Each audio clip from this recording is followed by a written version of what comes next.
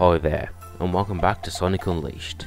And in this version, we see what Holoska Day looks like in the PS2 version.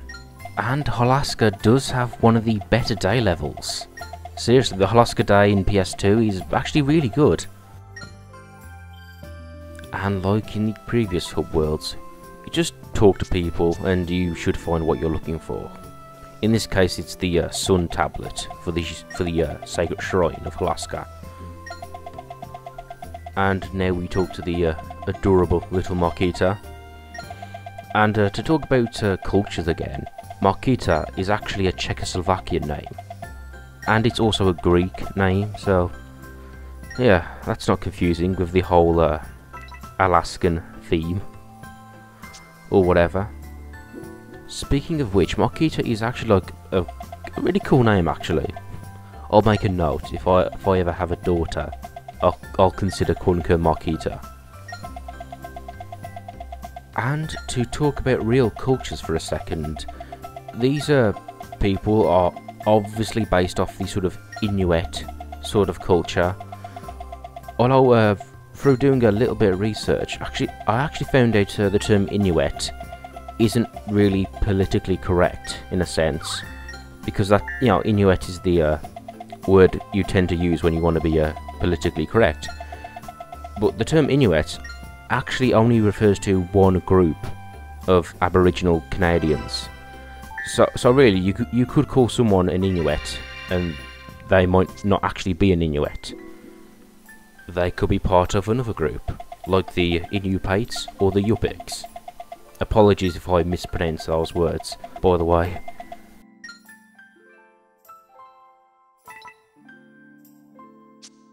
And with that, we now enter the Holoska Shrine. I do like this place. It's very mystical looking, I suppose you could say. And I also do like the effects of the sunbeams coming through the open windows there. Well, you would think that would transform Sonic back to his hedgehog form, but oh well. It must have been really hard to build these temples in such an icy climate.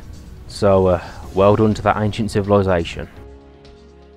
Before we have to do the actual level, we are first given a little mission to help familiarise us with the Stomp ability. And of course, in the PS2 version, Sonic already has all of his abilities from the beginning. But now we actually need to use the Stomp, so they're just letting us know. Now the Stomp is actually a handy ability. I often use it as a break to sort of stop myself. Although it is sometimes hard to aim, like it's hard to tell exactly where you're going to land while you're using it, especially in 3D, but yeah, it's a pretty good move. And you can see right now in this version of Holoska, you start off in the bobsleigh. And as you can see, the bobsleigh controls pretty much the same in both versions. All of the difference is that in this version of the game, you can actually boost while you're in the sleigh. But I prefer to have more control over where I'm going, so I choose not to. And up until this point, I thought Sonic's boost was just him running a lot faster, like a turbo mode, but the fact that he can boost an inanimate object, like a bobsleigh, seems to imply that the boost is just some kind of force he emits. And just looking at this area now, it seems a lot less icy than the PS3 version. It's more snowy, and I guess that's because like having ice, well, the thing is with ice, it's usually reflective or shiny, and that's something which makes textures more complex or harder to render on these earlier consoles. And of course, you can see now, like the PS2 version, we get a sort of a 2D bobsleigh section where you have to jump over these pits, which is a fun gameplay mechanic and kind of reminiscent of Donkey Kong Country. So yeah, I'm glad that's in both versions at least anyway. And something that I really appreciate about the PS2 version is that it uses a entirely different location from the PS3 version. And you can see now this is it's set mostly in this ice cavern, and I just have to presume there are beams of sunlight emitting from somewhere, because otherwise Sonic would be in his werewolf form. But yeah, I am really pleased about this choice, because for someone like me who has both versions, it does provide a nice bit of contrast between the two.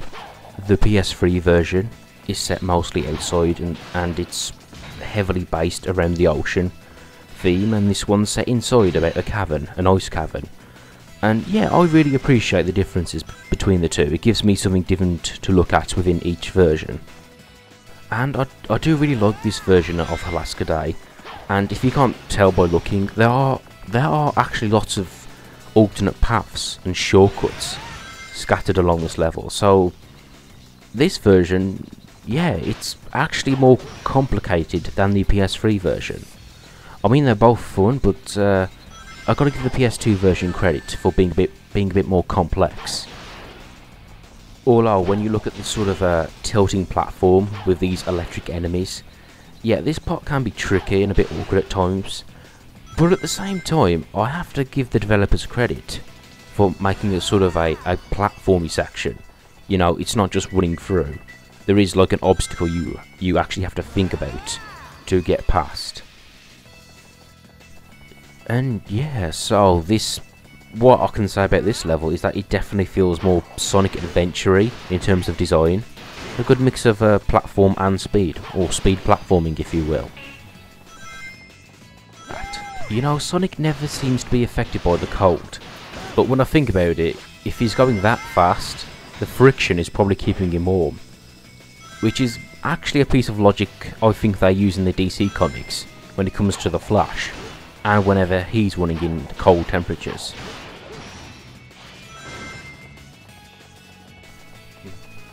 Now, in terms of the look of these sort of ice levels, I actually do like them now.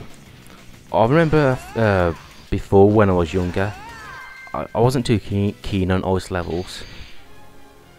And my main argument is that ice levels usually just have ice in them aesthetically, so they tend to all look the same.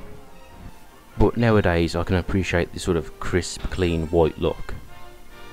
And with that, we're done with the main level of Holoska Day. But the game's not finished with us yet, because we have a few missions to do before we're done here. One of these missions gives you a simple task of collecting 150 rings. And this mission is fairly enjoyable, simply because it gives you another ride in the fun bobsleigh. Now, this section here is obviously taken from the main level, and it's pretty much the same, with the exception of the occasional extra ring they put here and there. And when playing this level, the alternate paths from the main stage are something you should consider, because they obviously have more rings on them, so you can complete the mission faster if you take the extra paths. And something I do notice about the look of this level is the use of colour. Like you just saw in the foreground, there are like these purple shards of ice, which also give off like this purple light for some reason. And that's something I do like, and it's a good use of colour, because ice levels tend to use a lot of blue for the obvious reason. So the odd dash of another colour, it's appreciated, and it adds a little variety to what you're looking at. When you consider all those alternate paths within the level, there was probably more than one way you could have achieved that, so that's a piece of interesting design. Now, this next mission can be a bit tricky, but if you take your time and be careful, it shouldn't give you too much trouble. And yes, you have to sort of traverse a piece of the level while not smashing these ice blocks. Although I do like the positioning of the enemies there, because as you can see, I just used the homing attack to avoid these ice blocks. And yeah, this is just be careful, and it's essentially a mission where you just don't use the boost, and you should be fine. And I'll tell you now, these missions actually pop up more later on in the game. But like I said, just be careful, and they shouldn't give you too much trouble. Like, your biggest obstacle is actually the time limit. That's what you should be worrying about, really. Although, in terms of the story, I mean, I get these missions are here for gameplay purposes, but in terms of the story, I don't know why you would need to run through parts of the level again without smashing these ice cubes. I guess if you really want to stretch for a reason, maybe Sonic is trying to get through the temple without being seen, and thus he can't smash the ice blocks. There we go, there's a bit of logic for you. And with that mission complete, we're done for Holoska. And Chip, of course, will let you know where to go next. And after completing Holoska, you are required to return to Spagonia. And yeah, a big difference between the two versions is that you get the Amy and the dancers scene after you complete the Holoska Day level in the PS2 version, where in the other version you get it straight after completing Spagonia Night. But in terms of the levels, you get a choice between Holoska and Spagonia, so you can do them in either order, so in the bigger story it doesn't matter. And I'd just like to point out, this fight is lame. In the other version they give you an actual fight, but you can see here, maybe they didn't have the level for the hub world, so instead they give us a quick time event. And of course Professor Pickle comes in to give Amy the 411. And yeah, in terms of the main story, that's pretty much Amy's only part. She just gets a brief cameo, and I guess that's fair enough. It's better than trying to force her into the story when she's not really needed. And after the scene, you re-enter Professor Pickle's laboratory, and he'll tell you where to go next. And also, you see Amy here, and what I think is a really good thing for her character, she points out she doesn't care how Sonic looks. She likes him anyway, and I think that's a really nice, good character moment for Amy. It does show that she's not shallow, at least, and that she really does care about Sonic as a person. So that's a nice character moment. So I hope you enjoyed this part. Please join me again next time, where we'll be heading off to Tunan.